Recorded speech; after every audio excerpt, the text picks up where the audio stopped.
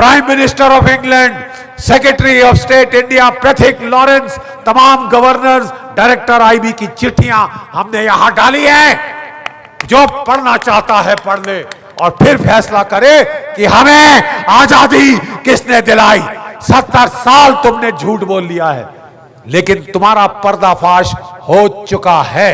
सत्य में एक बहुत इनकन्वीनियंट आदत है, वो निकलता है 70 साल बाद, 100 साल बाद आप उसे दबा नहीं सकते। देखिए, सैनिक को लाल किले में बुलाया, मंच पे बिठाया और राष्ट्र ध्वज को फहराया। इससे जो नेताजी की जो ख्वाहिश थी कि हम दिल्ली दिल्ली जाएंगे, लाल किले पे अपना तिरंगा झंडा फहराएंगे, वो आज पूरी हो चुकी है, वो आज पूर्ण हुई है। 75 साल बाद नेताजी वहां पहुंच गए हैं। देवी और सज्जनों में ज्यादा समय नहीं लूंगा, मैं सिर्फ कहना चाहता हूं कि हमें कहा जाता है, दे दी हमें आजादी बिना खड़ग बिना ढाल, साबरमती के संत तूने कर दिया कमाल। माफ कीजिए, इससे बड़ा झूठ मैंने नहीं सुना, इससे बड़ा झूठ हमने नहीं सुना। 60,000 की आजाद हिंद फौज थी, जिसमें से 26,000 शहीद हो गए।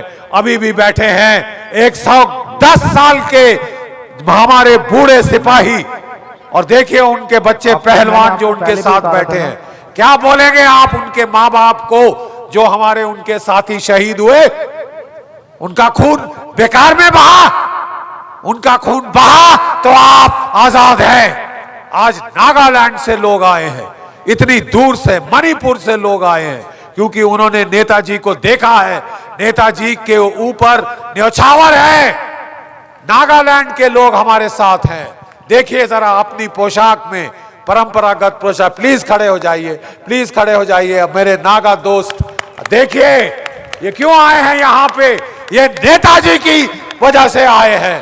थैंक यू हमारे भाइयों बहनों नागालैंड के, क्योंकि नेताजी वहां पे रुआजो गांव में उन्होंने अपना हेडक्वार्टर बनाया था, और जो वैखो साहब के जो पिताश्री थे, फादर थे, वो उनके दुभाषी नियुक्त हुए थे, एडमिनिस्ट्रेटर नियुक्त हुए थे। उन्होंने आजाद हिंद फौज को इतना भरपूर सहायता दी थी लड़ने के लिए अंग्रेजों के खिलाफ। हमारी आजादी की लड़ाई हमारे नागा भाइयों ने शुरू करी थी।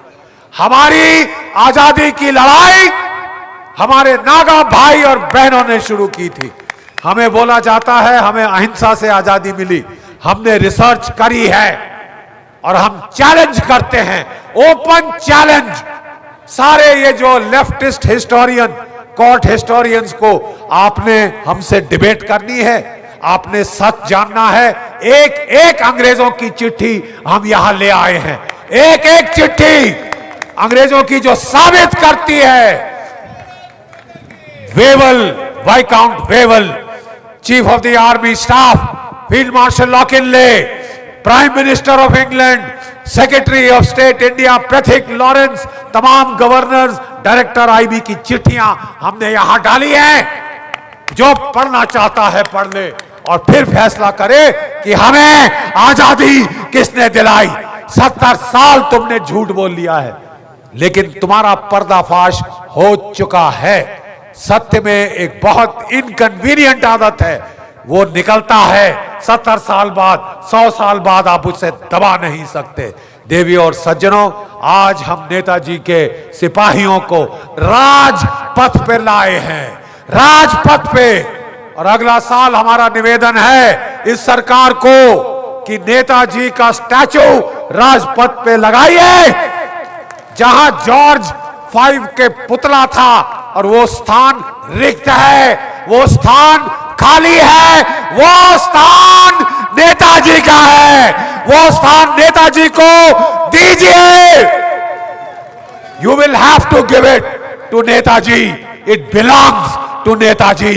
We will see that he gets there.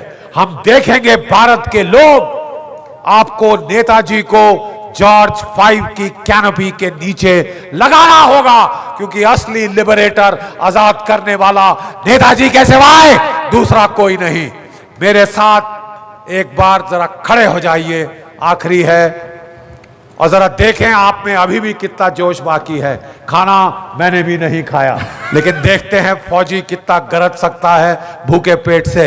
मेरे साथ बोलेंगे जय हिंद, जय हिंद। इस्लामाबाद और बीजिंग तक की आवाज जानी है। एक बार फिर जय हिंद, जय हिंद। बहुत बहुत आभार, बहुत बहुत धन्यवाद। धन्य है आपका नेताजी के भक्त जो आज यहां आए। Thank you.